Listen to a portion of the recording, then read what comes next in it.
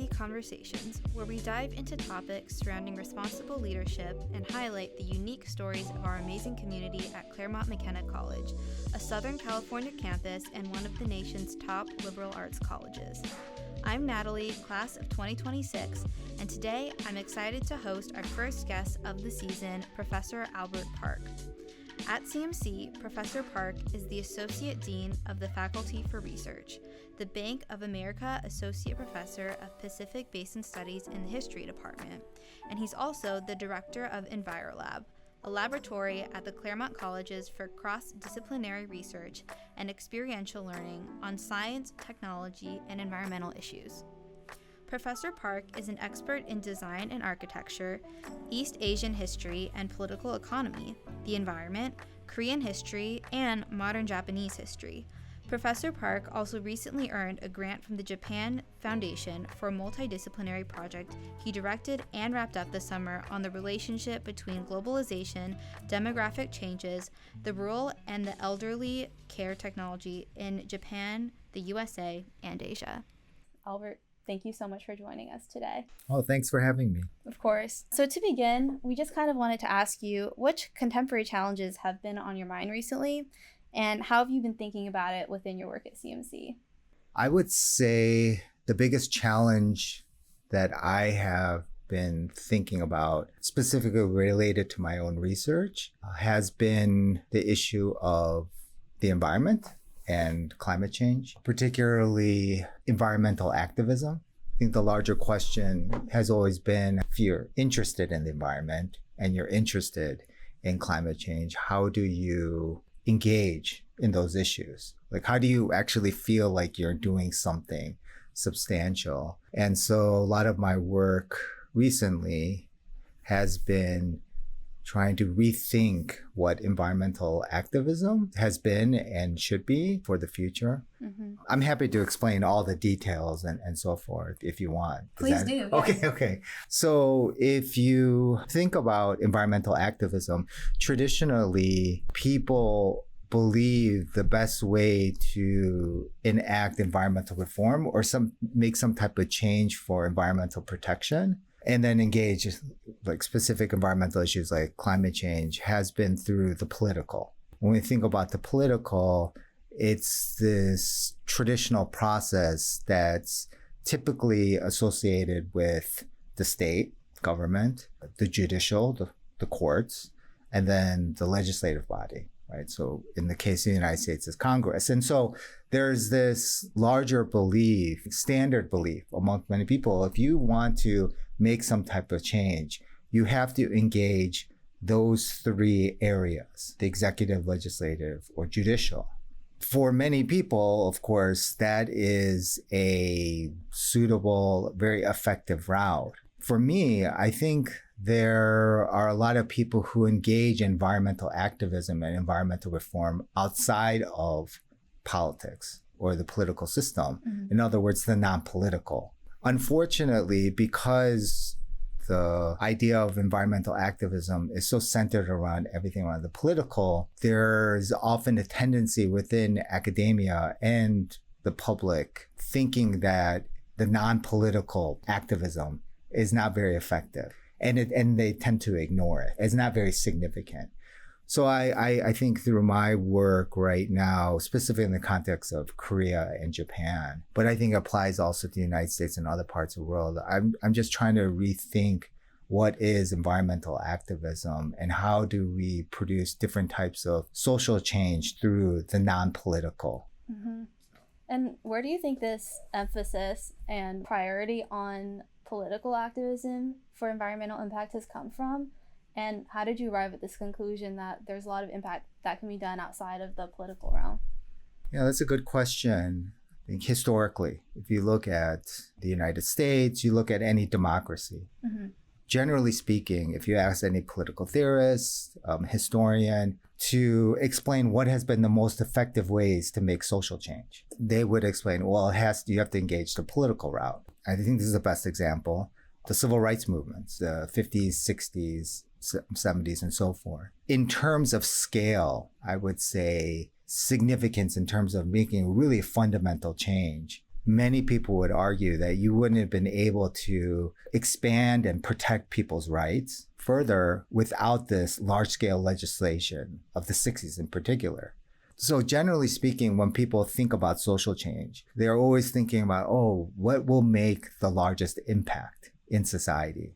Naturally, then you would gravitate, well, the government, because it has such a large influence, right? And the judicial system, laws really dominate and structure our lives. And so those bodies of government have such a strong influence that it's natural to think, okay, we have to engage them if we want to make some type of significant change. If you're talking particularly about climate change, the reality is you need to engage governments because climate change is a global phenomenon. It's a global issue. And it's such an issue that requires close collaboration that you need governments and states and these government authorities to work together to make a global transformation. I have no problem with the political process. I think the political process is fantastic in the sense of participating in it and to lead to some type of social change. It's just been the standard way of thinking about how do you make changes. And if you look at everyday life, people are making changes. It's just they're making it at a smaller scale. They're doing it within their local communities. And what you may perceive as, for example, organic farming. Organic farming, which I look at in Japan and Korea, the history of organic farming and alternative forms of agricultural production. There are plenty of groups who, in their local communities, engage in organic farming, meaning they don't use chemical pesticides, chemical fertilizers. When they engage in that type of farming, they're also building a new community of like-minded individuals who are really rethinking about their relationship with non-human life. So like insects, microorganisms, animals, plants. And so what ends up happening, and there's a couple examples in my new manuscript on this, my new book, where you have plenty of these associations who develop these new ways of living. Mm-hmm. It's from those new ways of living that you're producing changes starting in the local community. It's a little smaller scale. It's not like on the national level, right? And so a lot of people sometimes dismiss those kind of small scale changes that are happening. But I think in order to have change that's long lasting, you need local communities first to really build up new cultures, new ways of doing things that ultimately could spread out to other communities. I mean, back to your original question about why do we put so much emphasis on the political, it's because we think we have to make these large-scale macro changes in order to produce something fundamentally different. When I believe that actually you could take a step back and just look at local communities and what they're doing to produce changes. Yeah, I think that's really interesting because you have change that's enforced by law, but then you also have change that's enforced by culture. And I think what you said really speaks to the power of change through culture. And I know you just mentioned your book. Were you referring to Entangled Life by chance? Or? Yes, that's a manuscript I've been working on that looks at the origins of environmental activism in modern Korea. And arguing, one, that environmental destruction, environmental issues didn't really start with industrial pollution in cities, but it actually started with agricultural pollution. And that particularly appeared through starting in the Japanese colonial period, because Japan had colonized Korea from 1910 to 1945. The colonial government started to kind of push peasants to use chemical fertilizer and also started thinking about using chemical pesticides. And if you know anything about chemical pesticides, though, you know, there's a lot of debate about should we have them or not because of what it has done in allowing for increasing food production, because, you know, it eliminates all the kind of invasive pests that ruin crops.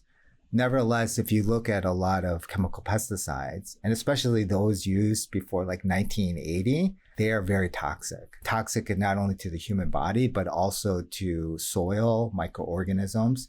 And chemical pesticides are not something that can be controlled because like once you spray it, it spreads out. So you may want in one area to eliminate the kind of like pests there, but because the chemical residues just spread, it will affect areas that wasn't intended to be spread chemical pesticides. So in other words, then environmental destruction started through the modernization of agriculture. And then I argue that the first groups to really witness and affect environmental change were the farmers in Korea, because they were actually getting really sick by using all these pesticides.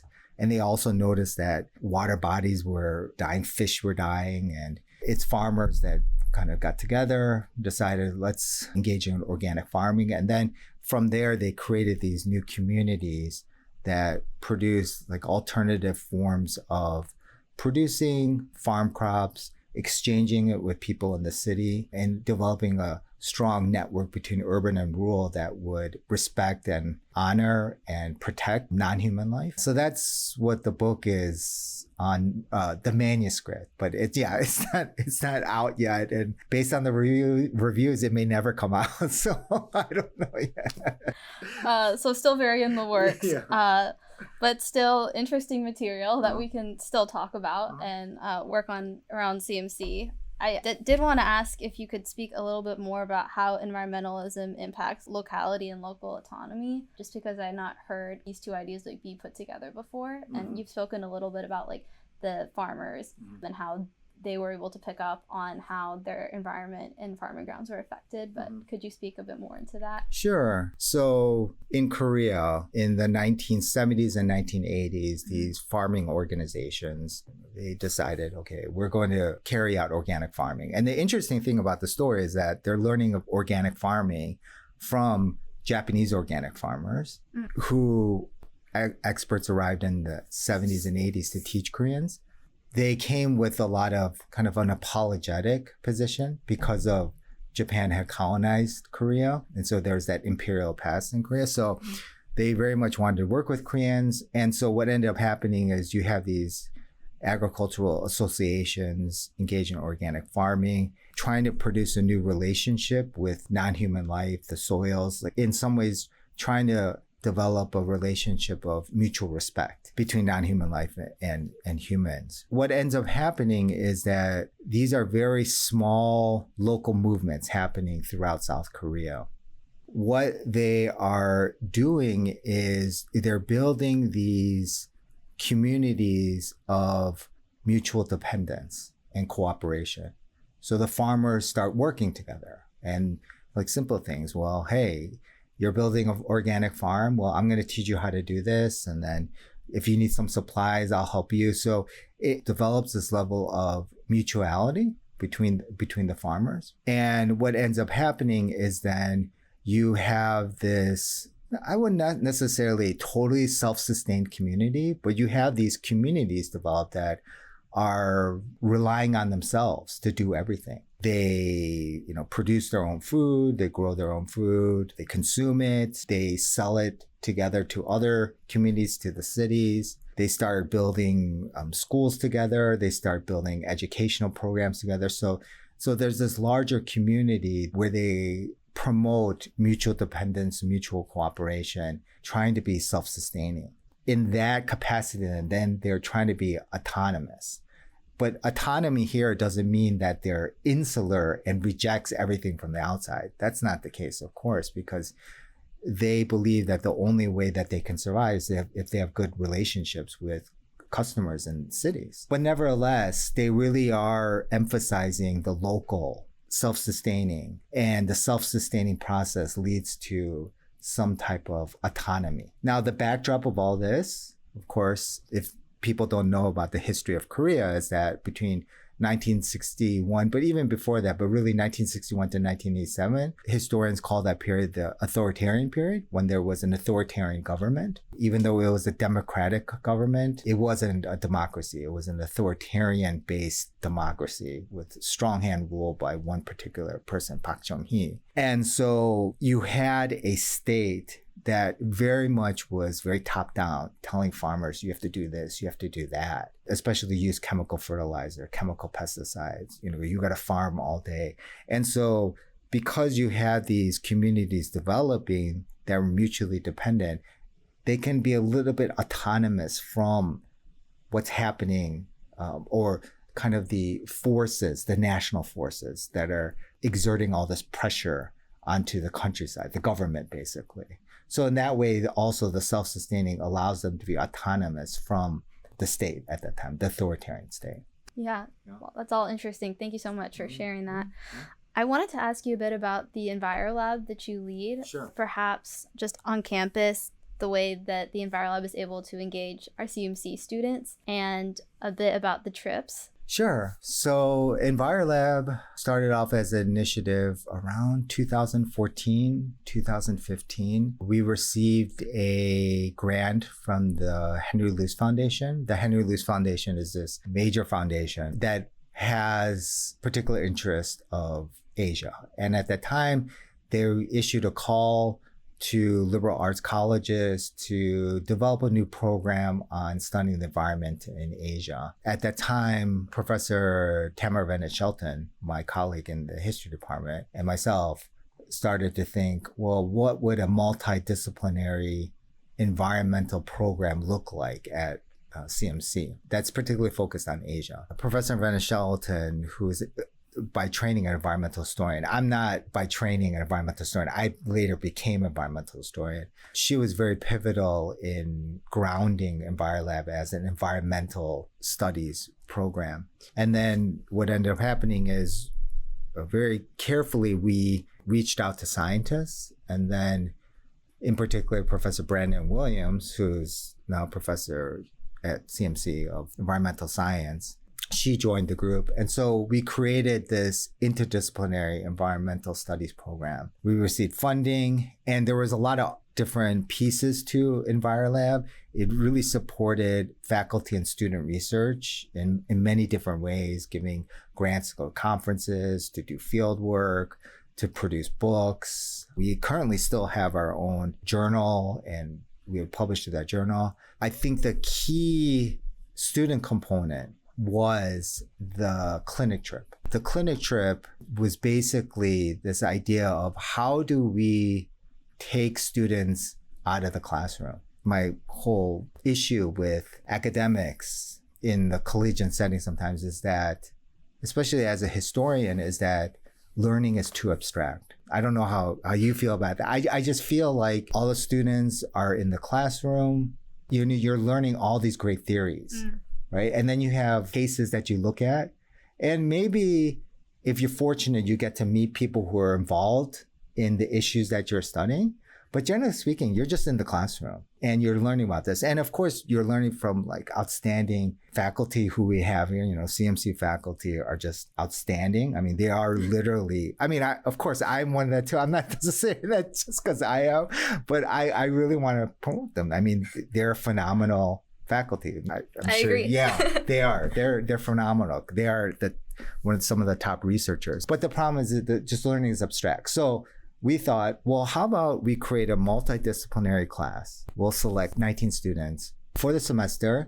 They'll learn different approaches to how to study the environment: history, political science, sociology, economics, anthropology, and then also the sciences. So they'll learn a little biology, chemistry. So we had a class where we had all these guest lecturers. Students would learn different methodologies. And during that class, we would focus on a specific country. So the first country that we focused on was Borneo and Singapore. And Borneo, particularly, we were looking at Malaysia, Borneo. What the class would do is it would be split up into 4, we said, research clusters that would be led by faculty members, and they would work on the topic, environmental topic related to anything in Singapore or Borneo. And they would prepare, do all this research, come up with a research plan, and then everyone would go to the Singapore, Borneo. Wow. We worked with Yale and U.S., and we traveled to sites in Singapore, Borneo. I mean, we were camping in the jungles of Borneo, talking to activists who are protesting against dams. I mean, really remote areas, very remote for me too. I never camped at that time, and I really learned about camp. I mean, and you didn't have like access to toilets and stuff that we take for granted. So it was rough, but it was just exciting. So we did that. Everyone would get data from their field work, and then they would come up with a deliverable, like write a paper. And a lot of those papers are published on our online journal. The point is that students would learn in the classroom, but actually be on the ground, like where they learned. So they learned, about this area in Borneo. They would actually go there. Right. And what happened was that for the students, and we call them fellows, the students felt like their learning was less abstract. Like they actually could connect what they were learning in the classroom and on the ground to produce kind of a holistic way of learning. So we repeated that format for other countries. Japan, we went back to Singapore again. We couldn't go to Korea because of COVID. Our last clinic trip, which we did about 3 years ago, was actually domestic, and we actually worked in Maine, and it was fantastic. We worked with Bowdoin College. They have a fantastic marine center. We stayed at the marine center. We went all throughout Maine to study all the different issues faced by particularly fishermen and the fish industry in Maine. And we had CMC students. A lot of the first year students who were in that are now seniors now at CMC. So I've seen a couple of them. And that was a great way to kind of end our clinic trip. It was just phenomenal to see like the students on the ground. It was very rewarding because I remember, particularly in the main trip, one evening, there was a major snowstorm. It was March and there was a major snowstorm. So none of us were prepared for that. We were it was a beautiful campus, but we couldn't go into town. The faculty bought a bunch of like frozen lasagna, salad packs. We made it and we brought it all to the communal dining area and we ate because we were snowed in. We had these like phenomenal conversations with the student fellows where we would kind of talk about what we experienced that day. But more importantly, it was a very casual way to speak about some serious issues, right? When you're in a classroom, right, it's a little tense because, first of all, classrooms are very top down because there's a professor, right? And then there's students. This professor speaks to the students. Students can respond, right? But it's an environment still controlled by the professor. In that dining room at the Marine Center, it wasn't a classroom. It was just this like casual environment where we just started speaking to each other. And I still remember the conversations I had with the fellows that evening. And they asked me about life experience, what it's like to be a professor. And also, as you get older, what do you experience and stuff like that. So I think, to make a long story short, to answer your question, the clinic trips were phenomenal. We don't do them anymore because the biggest issue, it costs a lot of money. A lot of money and a lot of planning. But I think that if there's ways to resurrect it, I would be interested in doing it again, of course, and leading other faculty to do it. Absolutely. Yeah. Well, what an incredible experience. Yes.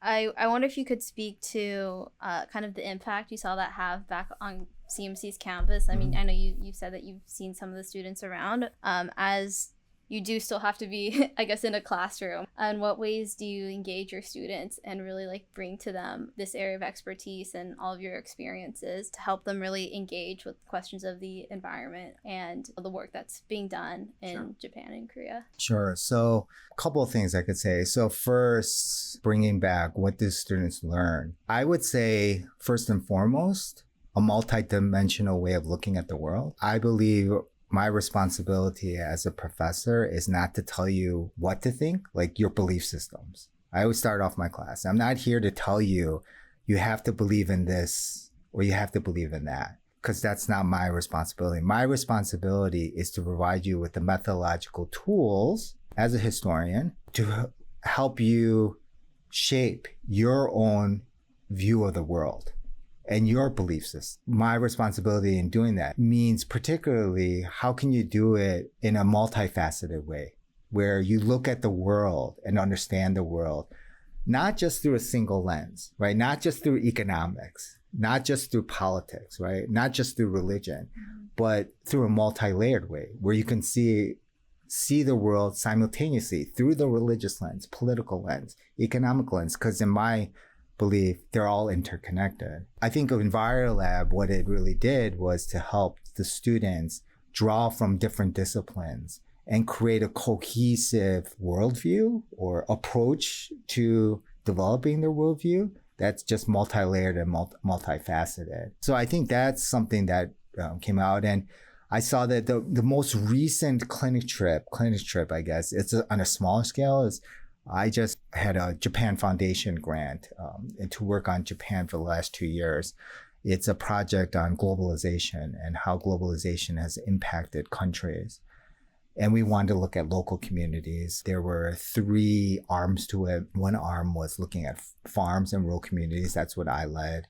And then there was one group that was looking at aging and technology, and another group that was looking at smart cities in Japan and Asia. When I was overseeing it's called the Real Futures, I had 4 fellows: Charlotte Jordan, Chisato Kamakura, Jian Kim, Diana Zhao, right? And yeah, you may know some of them, and they're fantastic. And we worked together to develop a study for this one farm, organic teaching farm in Japan. It's called Asian Rural Institute, where they teach organic farming to people from Southeast Asia and Africa. Again, it was the same thing where we prepared everything here, learned about ARI, learned about Japan, agriculture, wrote up working papers. And then for the last 2 years, I've been taking them to Japan for about 2 weeks, spending time on the farm. And I think in addition to, they might disagree with me, but I think in addition to developing a multi-layered way of looking at Japan and agricultural issues, I also think that they learned about how to look at local communities and interpret things. I would always tell them, just be open to everything. Use your senses to be open to everything and just observe.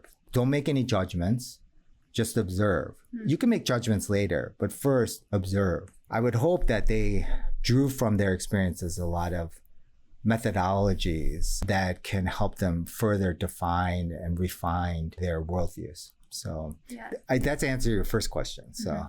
No, love that approach from curiosity rather than judgment, for sure. Yeah. I mean, it's really important to observe, even in those communities and people that you may disagree with, that may fundamentally disagree with you. It's really important to just observe and to understand why they have these particular views. Yeah. Interestingly enough, often the case, you realize that those people who you think are very different from you actually share a lot of the views that you have. It's just they're articulating it in a different way, right? Now, of course, some of the language that they may use and practices may be very hurtful and so forth. That's understandable. And then you should protect yourself from that, right? That being said, if there's communities you feel comfortable that are different from yours, engaging them, you do realize that they have very similar views about the ways of living and so forth. I still teach that in my classes. What do I do now to kind of promote what I taught during EnviroLab? I would say the best example is my class, Design Activism. It's a class looking at the intersection of design and social change historically. So we look at architecture, we look at graphic design, we look at environmental movements. The class starts off with trying to understand what design is, and then trying to apply design principles, developing new approaches to dealing with problems. And then we look from a historical lens, how the people in the design world have tried to deal with those issues. That class I like the best because it literally does take us out of the classroom in the sense of it's not structured around just 3 hours of conversation. It's a seminar. It's actually starts off first hour and a half where I give them a design project and I tell them, okay, this is our reading this week. This is the issue. Create something. And so, like, for example, 1 week we were looking at the Bauhaus design movement, started in 1917, the most influential modern design movements. They did a lot of readings at the Hive, which is the Center for Collaborative Activity where my class is held. They have these big whiteboards. And so we took them outside to one of the fields near Pomona, and I have spray paint. And I told them, create a Bauhaus design. They were actually quite happy because a lot of them never spray painted. And I don't know if you've ever spray painted, but it's actually quite fun. It's very liberating, spray painting. It's not like painting just with your hand. It's like when you have something coming out of a can, it just does something different. And so they had a lot of fun. They first had to think of the design, and then they started spray painting. And we, of course, have to do on the whiteboards because we can't tag the buildings. We get in a lot of trouble, of course. So we do something like that. Or I would tell them the second week, I have Legos. Lego came out with the architecture series where they had just these white blocks, and it's thousands of them, where you can build buildings. I said, well, design a house that embodies the principles that we've learned. And so that's what they would do for the first hour and a half. They presented, we discussed, right? The whole point of that exercise, and this goes earlier back to EnviroLab, is to make things less abstract. Considering that I think your generation is so visually oriented, I think it's important to visually represent language and ideas. And so that's why we do the spray painting or we do the Legos. I think that's a way for students to take everything that's bottled in their head and just physically represent it and just see it, right? It's not the only way to learn, but I just feel like it's a way of learning that responds to a lot of the needs of the students. And the interesting about CMC students is, I know we have most of our students, they're interested in government economics, but they also have a very creative side to them. And they want that creative outlet. But unfortunately, we don't necessarily have that. Like, we don't have an art history department. Right. So hopefully in the future, we can have more of those outlets, right? And so in the meantime, at least my class tries to be that outlet for students. But I know this class is not for everyone. Right? Well, I mean, it sounds quite engaging. I doubt there'd be students falling asleep in your class. I'm also a visual learner, and a lot of my friends at school are as well. So, no, that sounds quite the class. Yeah, I mean, I think you can't do that for every class. Right. Well, actually, I think you can. I know, I'm being honest. I think any class can do that. Just bring a bunch of paper in with markers and say, okay, visually represent Kant's ideas about humanity.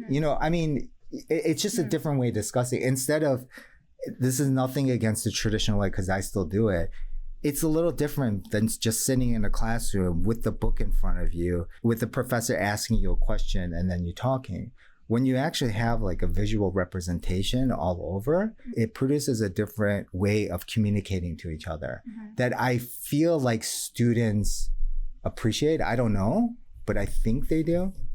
No, and I think there actually is research supporting that if you learn the same thing in multiple different ways, it's more effective than if you just learn it in one way. Yeah. It's also been shown that if you handwrite things rather than type them or just hear them, your brain processes them better. Yeah, exactly. It's this need to express yourself through different mediums, right? I mean, you have, as a student, and all students are not singular, right? I mean, we sometimes think you are like you're just this major, right?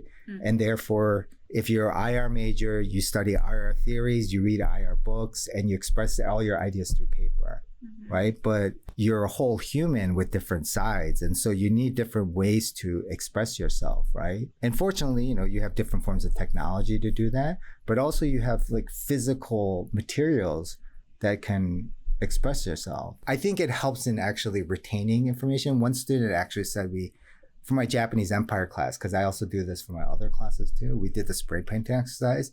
And she said that because she represented a reading through one of our spray painting exercises, she now can retain what she read because she thinks of that image. Oh, wow. Yeah.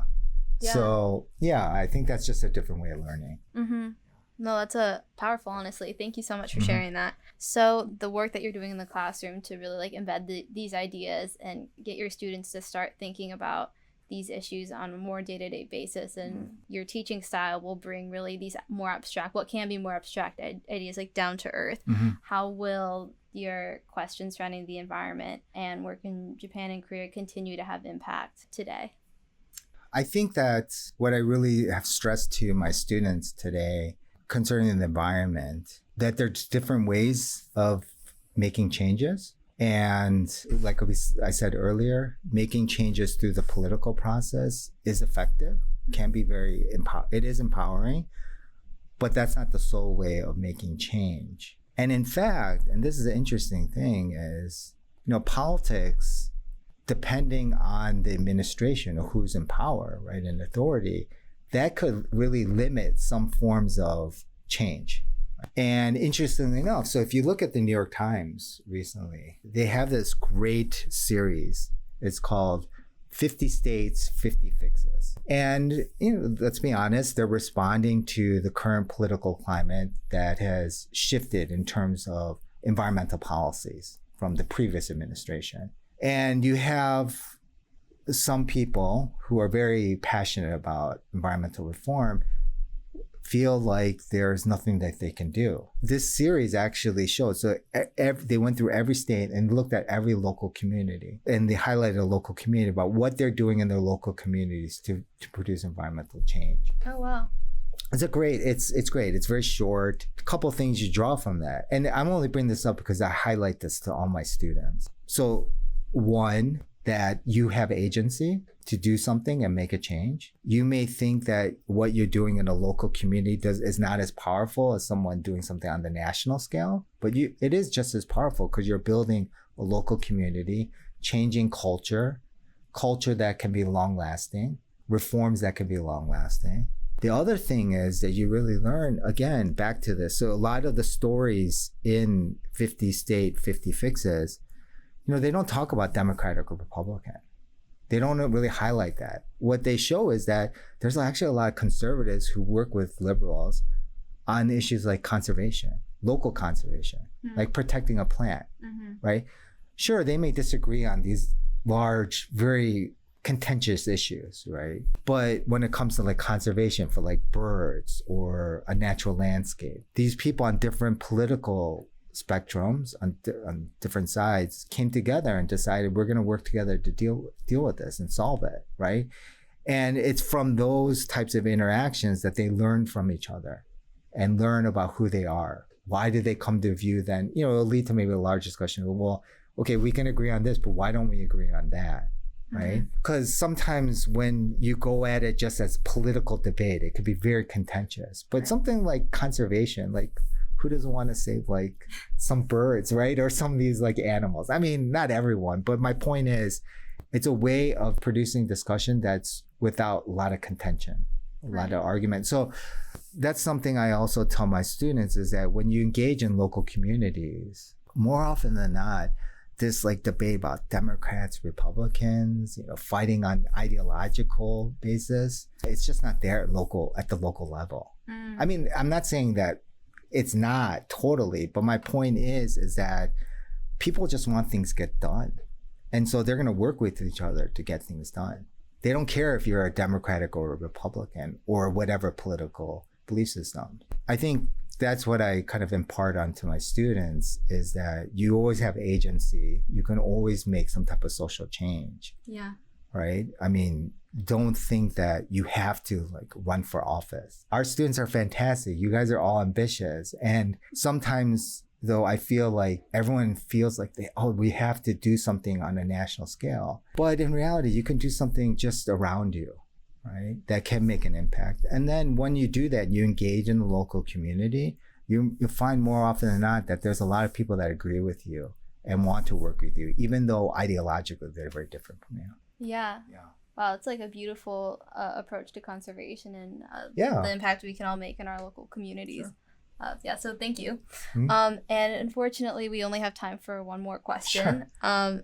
So just through your time on the field, through your teaching, through your research, wanted to ask, how has your perspective been challenged, if it has? And then how has that led to gaining new knowledge? And have you been able to challenge your students in a similar way? Yeah. Well, I've been challenged in terms of my personality. I'm more of an introvert, and I draw my energy by being by myself. So to be on these clinic trips where I have to lead the students and the faculty members and talk with people, it could be very consuming and draining for me. At a personal level, I've learned nevertheless, I know the value of engagement, the power of engagement, and just having these conversations. I think that's something that I've learned to do in the field work, because my field work takes me to a lot of places where I meet a lot of different people, and a lot of people who I don't necessarily would hang out with, or grab a drink with, or like have dinner with, right? Because their views are different from mine, right? They come from a different background too, right? But if I was to like presume that they are who they are because of how they look and what they do and how they think, then there's no way I would learn about how to engage with others and also learn people from the other side.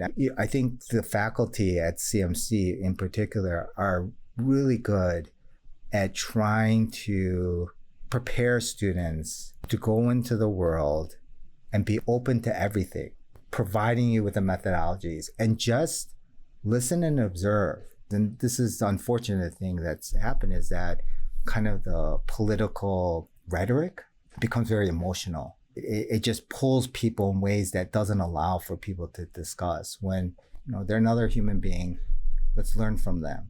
Let's talk with them.